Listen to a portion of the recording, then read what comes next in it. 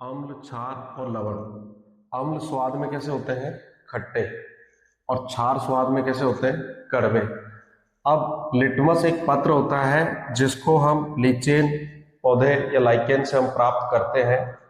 इसकी पत्तियों से जो ये प्राप्त होता है, इससे कागज पेपर बनाया जाता है। इस पेपर को यदि अम्लीय विलयन में डाला जाए, जैसे कि आपने नीले लिटमस पत्र को, कागज को यदि अम्ल के सॉल्यूशन में डाला तो लिटमस पत्र का रंग हो जाएगा कैसे? लाल। और यदि आपने लाल लिटमस पत्र को क्षार के विलयन में डाला तो आपके पत्र का रंग कैसे हो जाएगा? नीला।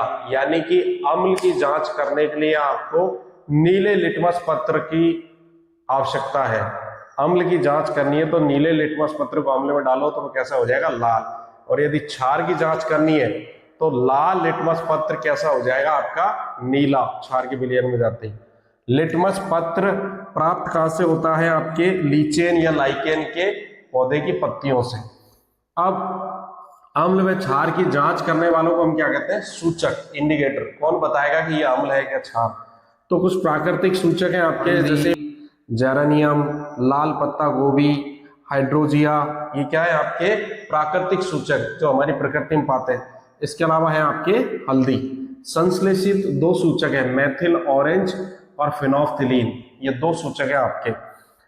लिटमस विलयन यदि अम्लीय भी नहीं है और क्षारीय भी नहीं है तो विलयन का रंग हमेशा कैसा रहेगा? आपके बैंगनी। हम जब भी खाना वाना खाते हैं तो हम देखते हैं हमारी सफेद कलर की यदि कोई शर्ट है या किसी भी कलर की है आपकी, और उस पर यदि हल्दी का दाग लग गया है और आप उसको यदि साबुन से धोओगे तो साबुन क्या है? आपके क्षारीय होता है, तो वो दाग आपको भूरा और लाल रंग में प्राप्त होगा। ये क्वेश्चन आता है आपके। अम्ल के साथ हल्दी किसी प्रकार की कोई क्रिया नहीं करती है। अम्ल के साथ हल्दी की कोई क्रिया नहीं होती है। प्रबल अम्ल क्या है और प्रबल क्षार क्या है? प्रबल अम्ल है जो H आयन ज्यादा देते हैं, जैसे कि HCl, H2SO4, HNO3। अब है आपके दुर्बल अम्ल CH3COH, एसिटिक अम्ल। फिर है आपके प्रबल क्षार NaOH, COH का होल ट्वाइस, ये आपके कास्टिक सोडा, ये calcium hydroxide, potassium hydroxide, magnesium hydroxide. दुर्बल क्षार क्या है? आपके AlOH का थ्राइस, यानी आपके ये कैसा क्षार है? आपके दुर्बल। फिर है आपके वनीला, प्याज, लौंग का तेल, ये गंधीय सूचक है। गंध, आपको स्मेल से पता चलेगा कि ये किस प्रकार की सूचना आपको दे रहे हैं। अम्ल और क्षार यदि दोनों में से कोई भी एक यदि धातु से क्रिया करेगा तो आपके क्वेश्चन आता है कौन सी गैस निकलती है? Hydrogen gas. जैसे कि अम्ल है आपके सल्फ्यूरिक अम्ल H2SO4, इसकी क्रिया यदि मैंने जिंक से कराई तो जिंक सल्फेट बनेगा और गैस निकलेगी आपके हाइड्रोजन। इसी तरीके से यदि मैं क्षार लूं, जैसे कि क्षार लिया है NaOH, इसकी क्रिया यदि जिंक से कराऊं तो आपके यहाँ पे बनेगा सोडियम जिंकेट। पर आपको मेन क्वेश्चन है कि कौन सी गैस प्राप्त होगी? आपको हाइड्रोजन गैस। इसी तरीके से अम्ल और क्षार क्रिया करके लवण और जल बनाएंगे, यानी अम्ल और क्षार आपस में क्रिया करके लवण बनाएंगे, और ये उदासीनीकरण अभिक्रिया कहलाती है। ये आपके हो गए हैं लगभग 13 क्वेश्चन। बहुत शॉर्ट के अंदर आपके 13 क्वेश्चन कंप्लीट हो गए। धातु हाइड्रोजन कार्बोनेट NaSCO3 यदि ये अम्ल के साथ क्रिया करते हैं तो आपके लवण CO2 और H2O ये तीनों बनाते हैं आपके। क्वेश्चन आता है आपके कि अम्ल धातु कार्बोनेट या धातु हाइड्रोजन कार्बोनेट के साथ क्रिया करके कौन सी रिएक्शन करते हैं? तो आपकी रिएक्शन होती है Na2CO3 + 2HCl। तो अम्ल यदि कार्बोनेट के साथ क्रिया करेगा तो NaCl लवण बनाएगा, लवण और आपके CO2 गैस और जल। इसी प्रकार के आपके दूसरा क्वेश्चन है कि अम्ल यदि धातु हाइड्रोजन कार्बोनेट जैसे सोडियम हाइड्रोजन कार्बोनेट के साथ क्रिया कर रहा है तो क्या करेगा? वही सेम चीज कि आपके लवण बनाएगा NaCl और CO2 गैस बनेगी और आपके जल बनेगा। अब इसमें एक क्वेश्चन आता है आपके कि यदि आपके एक क्वेश्चन आता है कि चूने के पानी में, क्वेश्चन है आपके चूने के पानी में, चूने का पानी क्या होता है? आपके CaOH का होल ट्वाइस, यानी कैल्शियम हाइड्रोक्साइड।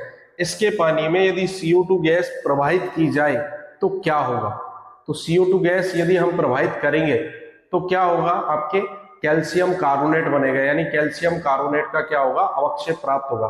यहाँ पे आप देखोगे कि यदि आपने चूने के पानी में CaOH के होल्टॉइज, बिना भुजा हुआ चूना जो होता है उसमें हम पानी डालते हैं तो वो भुजा हुआ चूना बन जाता है आपके, ठीक। इसमें यदि हमने CO2 गैस प्रोवाइड करी तो आपके CaCO3 कैल्शियम कार्बोनेट बनेगा, ये श्वेत अवक्षेप के रूप में प्राप्त होगा और साथ में जल बनेगा।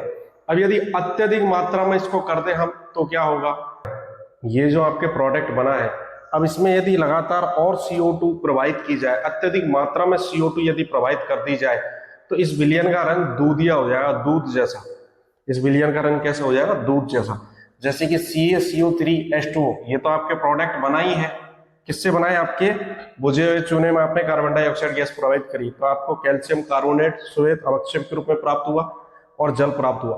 अब आप और भी लगातार इसमें CO2 गैस प्रोवाइड कर रहे हो तो ये बनेगा आपके कैल्शियम हाइड्रोजन कार्बोनेट। अब ये दूध या रंग आपको प्राप्त होगा यहाँ पे।